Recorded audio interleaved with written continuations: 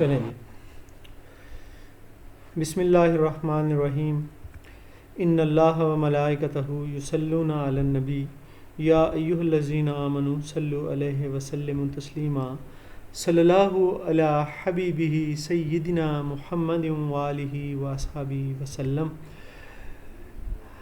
जी students, आज इंतहाई अहम टेंस, पहला टेंस हमारे टीचर्स यही करवाया करते थे, प्रेजेंट इंडेफिनिट टेंस।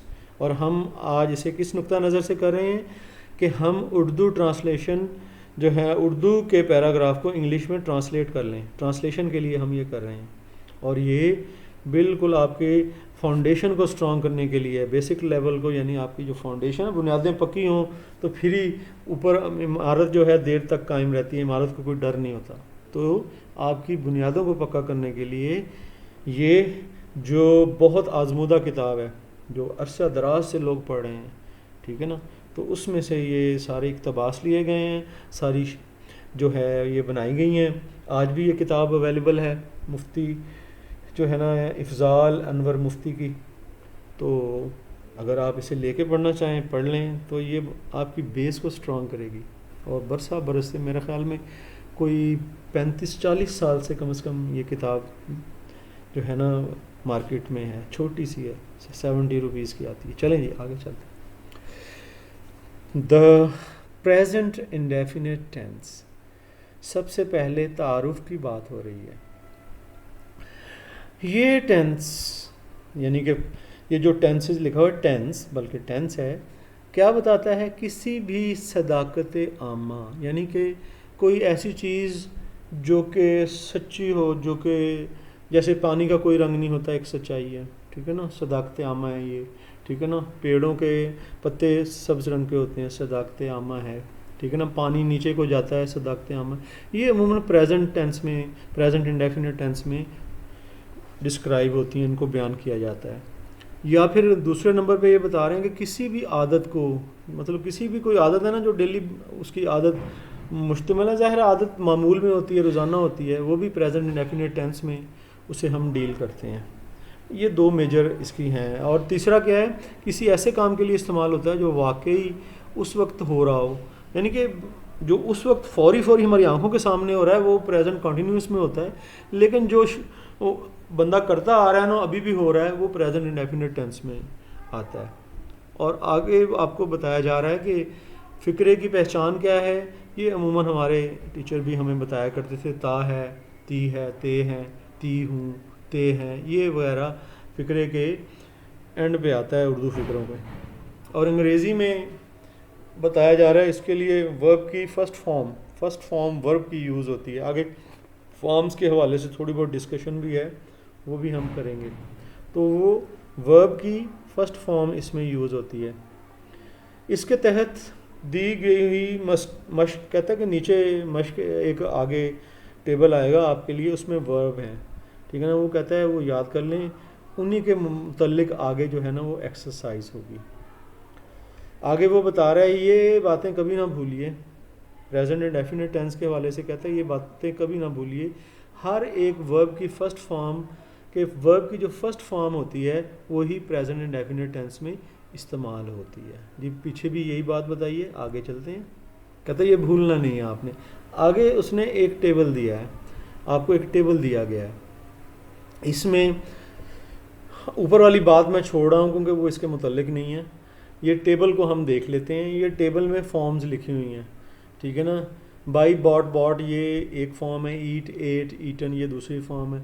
लेकिन इसमें उर्दू ट्रांसलेशन इधर की उधर लिखी हुई है, उधर की इधर लिखी है। ज़रा देख लीजिएगा। बाय का मतलब होता है ख़रीदना और आगे प्रूव का मतलब होता है साबित करना। ये दोनों सभी को उठा के ना आप ठीक करके याद कर लीजिएगा, क्योंकि इधर के जो है जैसे ईट जो है खाना होता है वो उधर लिखा हुआ है, और रिंग होता है बजाना, वो इधर लिखा हुआ है, ठीक है। ये सारी फॉर्म्स हैं। हमारे टीचर इन्हें हमें हर रोज़ 10-10 फॉर्म्स दे के ना, कोई 200-300 फॉर्म्स उन्होंने हमें 7वीं-8वीं क्लास में ही याद करवाई थी, ठीक है। वो इतनी मेहनत टीचर किया करते थे।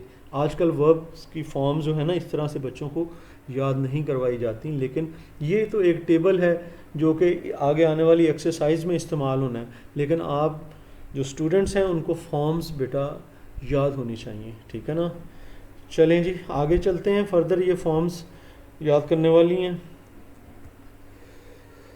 आगे मिसालें दी हुई हैं प्रेजेंट इंडेफिनिट टेंस की, ठीक है। ये मिसालों के आगे उनकी ट्रांसलेशन दी हुई है, ठीक है। आगे याद रखने की बातें आएंगी, याद रखने की बातों में बताया जाता है कि इसके साथ किसके साथ क्या लगता है, ठीक है ना। वहाँ पर फिर ये मिसालें हम देखते हैं। चलें पहले हम मिसालों को वैसे ही पढ़ लेते हैं। हम नई किताबें ख़रीदते हैं, लिखा हुआ है जी वी बाय न्यू बुक्स, ठीक है। वो अंडे उबालती, शी बॉयल्स एग्स। आप अपने कपड़े तब्दील नहीं करते, you do not change your clothes, ठीक है। ये कुत्ता काटता नहीं है, this dog does not bite. मैं वैसे पढ़ता जा रहा हूँ, लेकिन आगे याद रखने की बातों में हम दोबारा इन मिसालों की तरफ आएंगे, क्योंकि फिर हमने ये समझना होगा कि ये ऐसे क्यों है, किसके साथ क्या लगता है, तो फिर हमें इन मिसालों की तरफ दोबारा आना पड़ेगा। लेकिन अभी मैं सिर्फ पढ़ा रहा हूँ। क्या तुम इस घर में रहते हो, do you live in that house, उस घर में, ये इस नहीं है उसमें। आगे जी क्या कह रहा है, क्या वो हर रोज़ यहाँ आता है, does he come here every day.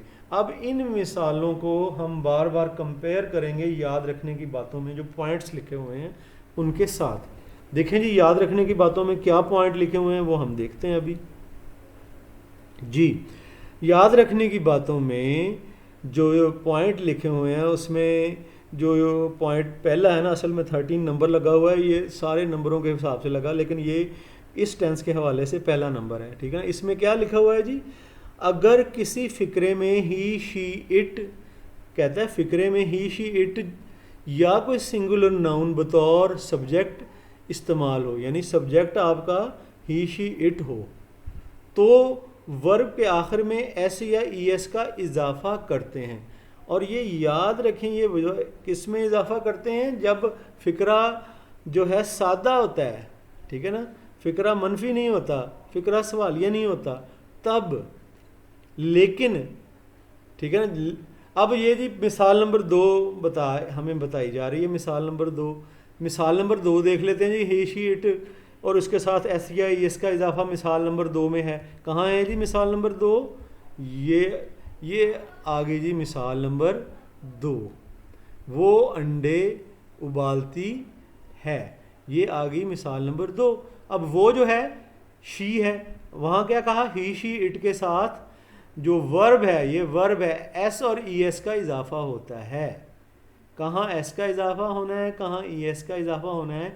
अगर आप इस हवाले से जानना चाहते हैं तो प्रेजेंट इंडेफिनिट टेंस की मेरी एक और वीडियो भी है प्रेजेंट सिंपल टेंस के हवाले से, उसको आप देख सकते हैं, ठीक है। शी बॉयल्स एग्स, अब यहाँ पे एस का इजाफा है क्योंकि शी है और ये सादा जुमला है, इसमें ना ही ये सवालिया है ना ही ये मनफी है। अब हम आगे चलते हैं जी, आगे क्या है वो देखते हैं।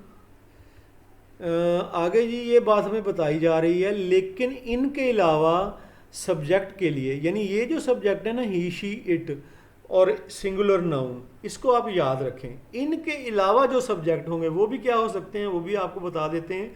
लेकिन अगर आप इनको ही याद रखते हैं तो इनके अलावा जो भी दूसरे होंगे आपको पता चल जाएगा, इसलिए इसने दूसरे लिखे नहीं है, ये सियाना बंदा है, ठीक है। अब देखें जी इनके अलावा क्या होते हैं, आई वी यू दे और प्लूरल नाउन इनके अलावा होते हैं। कहते हैं लेकिन इनके अलावा, यानी कि ही शी इट के अलावा जो होते हैं उनके साथ कहते हैं चाहे वो नाउन हो या प्रोनाउन हो, सिंगुलर हो या प्लूरल हो। अब देखें ना, यू सिंगुलर भी वही होता है, प्लूरल भी वही होता है। कहता है इनके अलावा हमेशा वर्ब की फर्स्ट फॉर्म किसी कमी बेशी के बगैर इस्तेमाल होती है। पहली में हमने क्या किया था, एस और ई एस का इजाफा किया था। यहाँ कहता है कुछ नहीं करना बगैर कमी बेशी, एस और ई एस का इजाफा नहीं करना। और कहता है इस सिलसिले में आप क्या देख लें, मिसाल नंबर 1 देख लेते हैं जी। मिसाल नंबर 1 क्या है जी, हम। अब हम क्या होता है, वी। अब ये ही शी इट के अलावा है, इसलिए इसमें पहली फॉर्म के साथ एस और ई एस नहीं लग रहा। वी बाय न्यू बुक्स कह रहे हैं, हम नई किताबें खरीदते हैं जी। आप मेरे साथ जुड़े हुए हैं और बात को समझ रहे हैं। Yes sir. आगे चलते हैं जी। आगे हमें देखते हैं क्या बता रहा है ये जी। यहाँ तक हमने हो गया। अब ये 14, यानी कि ये जो नंबर 2 पे है आज के लेसन में, कहते हैं कि सवालिया। अब हम सवालिया जुमलों के हवाले से आएंगे। सादा जुमलों की हमने बात कर ली। सवालिया को इंट्रोगेटिव भी कहते हैं। फ़िक्रों में सब्जेक्ट से पहले डू और डज इस्तेमाल होता है। डू और डज सब्जेक्ट के पहले इस्तेमाल होता है। जिनके साथ एस या ई एस लगता था ना, सब्जेक्ट से पहले डज लगेगा। जिनके साथ बगैर कमी बेशी कुछ भी नहीं लगता था, एस या ई एस नहीं लगता, वहाँ पर डू सब्जेक्ट से पहले लगेगा। और इस सिलसिले में आपको क्या कह रहा है कि आप मिसाल नंबर 5 और 6 देख लें जी। देख लेते हैं मिसाल नंबर 5 और 6 क्या है। 5 ये है जी क्या। ये देखें, ये क्या सवालिया है, और ये भी क्या, ये सवालिया है। क्या तुम उस घर में रहते हो। अब देखें, सब्जेक्ट से पहले हमने डू लगाया, यू है ना। अगर ही शी इट होता तो हम डज लगाते। यहाँ पर क्योंकि यू है इसलिए हमने डू लगाया। क्या जी, do you live in that house, क्या आप उस घर में रहते हैं, और आगे क्वेश्चन मार्क डालना है। सब्जेक्ट से पहले हमने डू लगा दिया और हमारी बात बन गई। और छठे में क्या है जी, क्या वो हर रोज़ यहाँ आता है। अब ही शी इट के साथ डज लगना था पहले, तो यहाँ पर हमने पहले डज लगा दिया। Does he come here every day. लेकिन डज जब हमने इधर लगा दिया है ना, तो सादों में यहाँ पर एस या एस का इजाफा होता है, लेकिन जब भी सवालिया मनफी बन जाता है ना, उसमें फिर डज हम इस्तेमाल कर लेते हैं, और यहाँ से एस और ई एस वर्ब के साथ जो लगा होता है वो हम काट देते हैं, वो नहीं हम करते। ठीक है, ये जी सवालिया की मिसालें थी। अब आगे जो है ना अगले पॉइंट में वो हमें बता रहा है नाफिया, नेगेटिव में भला क्या करना है। डू डज के बाद नॉट आता है, यानी सब्जेक्ट के बाद हम डू डज लगाते हैं और डू डज के बाद हम नॉट लगाते हैं। और इस सिलसिले में हमें वो कह रहा है कि मिसाल नंबर 3 और 4 हम उसे देख लें। देख लेते हैं जी फिर एक दफ़ा। मिसाल नंबर 3 और 4 क्या है। 3 और 4 देखें जी। आप अपने कपड़े तब्दील नहीं करते। नहीं करते तो का मतलब है कि नेगेटिव है। ये नहीं वाले नेगेटिव होते हैं, दोनों नेगेटिव हैं। अब यू के साथ डू नॉट लगाए, you do not change your clothes. अगर यहाँ ही शी इट होता तो हम डज नॉट लगाते। ठीक है ना। लेकिन अगला जो सेंटेंस है चौथा, ये कुत्ता काटता नहीं है। This dog does not bite. अब यहाँ पर दिस डॉग आ गया, ये सिंगुलर है, एक है। सिंगुलर के साथ भी डज लगता है। ठीक है ना। अब यहाँ पर नेगेटिव है, डज नॉट लग गया। This dog does not bite जी। ये जी इस स्लाइड में तो अब आगे कुछ फर्दर बातें की हुई हैं, उनको भी समझने की ज़रूरत है। आगे क्या जी कह रहे हैं ये। कहता है डू और डज के इस्तेमाल के लिए जो ज़ैल की मसावात को अच्छी तरह से जहन नशीं कर लें। वो कहता है हाँ जी, जब असल में बता आपको क्या रहा है कि ये जो है ना डू, ये बाय अकेला है। यानी आप ऐसा जुमला है जिसमें फॉर्म के साथ एस या एस नहीं लगा हुआ, तो आपने डू बाय के साथ डू लगाना है। ठीक है ना। एस या एस नहीं लगा तो आपने डू लगाना है। अगर एस या ई एस लगा हुआ है तो आपने डज लगाना है। नीचे इसको क्लियर कर रहा है। याद रखिए कि डज आ जाने के बाद वर्ब के आखिर में लगा हुआ एस ई एस साकत हो जाता है। मैंने अभी बताया कि जब आपने डज लगा लिया ना पीछे, तो एस और ई एस दोबारा उसके अंदर नहीं लगाना। यही बातें इसने बताई है। यहाँ पर डू लगा हुआ है ना, तो इसके साथ एस या ई एस होता ही नहीं है। डज में एस और ई एस होता है, लेकिन जब आप डज लगा लेंगे ना, फिर एस या ई एस आपने ड्रॉप कर देना है, ख़त्म कर देना है। क्या मेरी बात ये समझ में आई आपके, या मैं पीछे जाके क्लियर करूँ। यस सर, आ गई है। हाँ ठीक हो गया। ये पहले इसी वीडियो में डिस्कस कर ली है मैंने। ये भी याद रखें।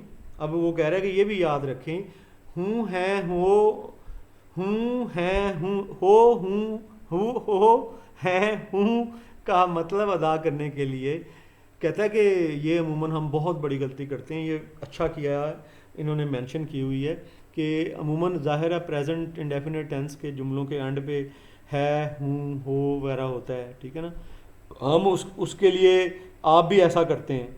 कि इज़ एम आर अलहदा से घुसेड़ने की कोशिश करते हैं, कहता नहीं लगाना, इस टेंस को याद रखें।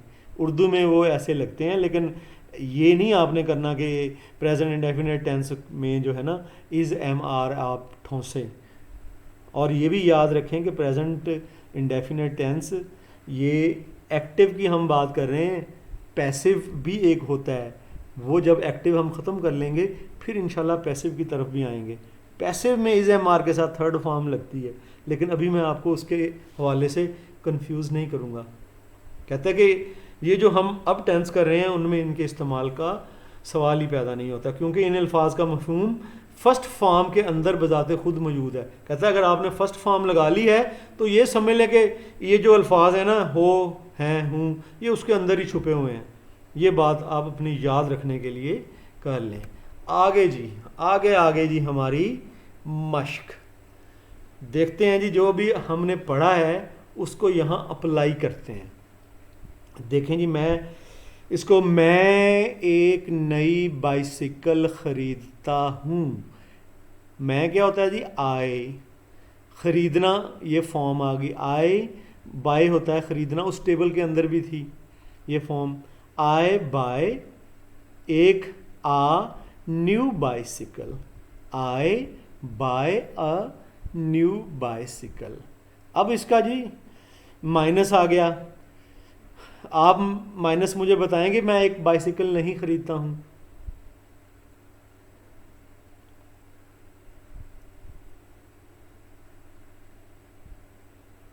चले मैं ही बताता हूं। I do not buy a bicycle. ठीक है, क्या मैं एक बाइसिकल खरीदता हूं, यहां क्या आ जाएगा, डू बाहर आ जाएगा। Do I buy a bicycle. आगे जी चौथा जुमला, वो हर रोज़ गोश्त खाता है। जी आप करेंगे इसे, वो हर रोज़ गोश्त खाता है। Yes sir. वो हर रोज़ गोश्त खाता है। सर ही ईट मीट डेली। देखा ना आपने, फिर ही के साथ आगे फॉर्म के साथ एस ई एस का इजाफा करना है या नहीं करना। Sir he meats, he eats he eats meat meat daily. Daily. हाँ जी। और शोर आगे आ रहा है इसलिए मैंने स्पीकर नहीं ऑन वो किया मेरी हर तरफ से। रोज गोश्त नहीं खाता है, फिर इसका क्या होगा। Sir he does not eats eat, daily. Eats नहीं, ईट जब डज लगाना है फिर आगे फॉर्म के साथ एस के एस नहीं लगाना। Yes sir. यही हम पीछे डिस्कशन करते आ रहे हैं। He does not eat meat daily. Daily daily. क्या वो हर रोज गोश्त खाता है, does he eat meat daily. चपड़ासी ठीक 6 बजे घंटी बजाता है। चपड़ासी होता है peon. Peon rings the bell at 6 AM sharp. ठीक होता है sharp. Peon rings the bell at 6 AM sharp, ये इसका होगा। चपड़ासी ठीक 6 बजे घंटी नहीं बजाता है। The peon does not ring, अब रिंग्स नहीं कहूंगा, does not ring the bell at 6 AM sharp. क्या चपड़ासी ठीक 6 बजे घंटी बजाता है। Does the peon ring, does peon या पियन द पियन ना करें, does peon ring the bell at 6 AM sharp. आगे जी, तुम अपना कीमती वक्त ज़ाया करते हो। यू, अब देखें यू आ गया, इसके साथ ज़ाया करना क्या होता है, waste. You waste your precious, precious होता है कीमती, कॉस्टली भी कीमती को कहते हैं। यू वेस्ट योर, अपना यानी कि योर प्रेशियस टाइम। अगर यहां पर है तुम अपना कीमती वक्त ज़ाया नहीं करते हो, you do not waste your precious time. क्या तुम अपना वक्त ज़ाया करते हो? Do you waste your precious time? अगला जुमला देखते हैं जी। ये तलबा आजकल बहुत मेहनत करते हैं। आजकल का होता है नाउ आर डेज। अब ये तलबा, दीज स्टूडेंट्स, बहुत मेहनत करते हैं, work very hard nowadays. These students work very hard nowadays. क्या वो हर एक मजमून में पहला इनाम हासिल करता है? अब देखें वो आ गया है, इसमें डज लगेगा पहले, और ये क्योंकि सवालिया है। डज ही गेट, ठीक है ना, does he get first prize, पहला इनाम, does he get first prize in a subject, in every, हर एक सब्जेक्ट में, in every subject. Does he get first prize in every subject. तुम गेंद को मेरी तरफ नहीं फेंकते, ठीक है ना, नहीं फेंकते हो, ये भी वही बात है। You do not, you do not, अब नहीं है, डू नॉट लग गया। You do not throw the ball at me. You do not throw the ball at me. Throw at होता है किसी को पर फेंकना। आगे चलते हैं। बहादुर कौमें अपनी मुश्किलात पर काबू पा लेती हैं, ठीक है ना। बहादुर कौमें कौन सी होती हैं? Brave Nations, brave Nations. काबू पाना, ओवरकम, ब्रेव नेशंस ओवरकम, ठीक है ना, काबू पा लेना, ओवरकम, अपनी मुश्किलात पर, their difficulties. Brave nations overcome their difficulties. जी, मैं अपनी अलमारी को ताला नहीं लगाता, या नहीं लगाता हूं, ये भी वही बात है। आई do not lock my cabinet, अलमारी कैबिनेट को कहते हैं। आई do not lock my cabinet. क्या वो देहाती कातल को छुपा लेते हैं? अब ये सवाल आ गया। अब वो देहाती लेते हैं, ज़्यादा देहाती हैं। डू, वो देहाती, do those villagers, do those villagers, छुपा लेना होता है hide. Do those villagers hide. और कातिल क्या होता है? The murderer. Do those villagers hide the murderer. ये जी सवालिया निशान एंड पे आएगा। बर्फ धूप में पिघल जाती है, ठीक है ना, ये सच्चाई है, प्रेजेंट इंडेफिनिट टेंस में आई है। बर्फ, बर्फ कहते हैं आइस, या स्नो भी हो सकता है, अगर पहाड़ों की बर्फ कहीं जाए तो स्नो होगा, लेकिन मैं आइस के हवाले से। बर्फ, आइस मेल्ट्स, एस लगेगा आगे क्योंकि ये सादा जुमला है। Ice melts in the sun, धूप होता है सन, सूरज भी सन, धूप भी sun. In the sun, ice melts in the sun. आगे चलें जी। क्या सपेरे, ठीक है ना, ये सपेरे होते हैं स्नेक चार्मर्स, स्नेक चार्मर्स को सपेरे कहते हैं। अब ये ज़्यादा हैं सपेरे। डस स्नेक चार्मर्स, डज, सॉरी नहीं, डू, क्योंकि ज़्यादा है ना ये। डू स्नेक चार्मर्स किल, मारना, किल स्नेक्स, सांपों को मारते हैं। क्या सपेरे, बल्कि जहरीले सांप हैं, poisonous snacks. Do charmers kill poisonous snacks, आगे क्वेश्चन मार्क।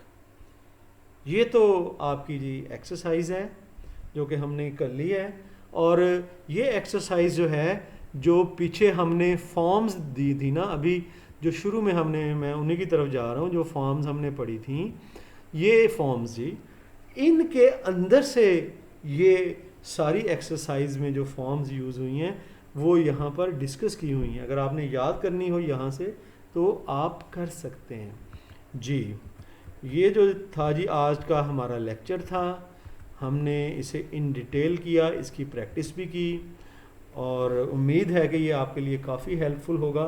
लेकिन आपको अपनी मेहनत इसके साथ साथ जारी रखना है अगर आप वाकई इसमें एक्सपर्ट बनना चाहते हैं।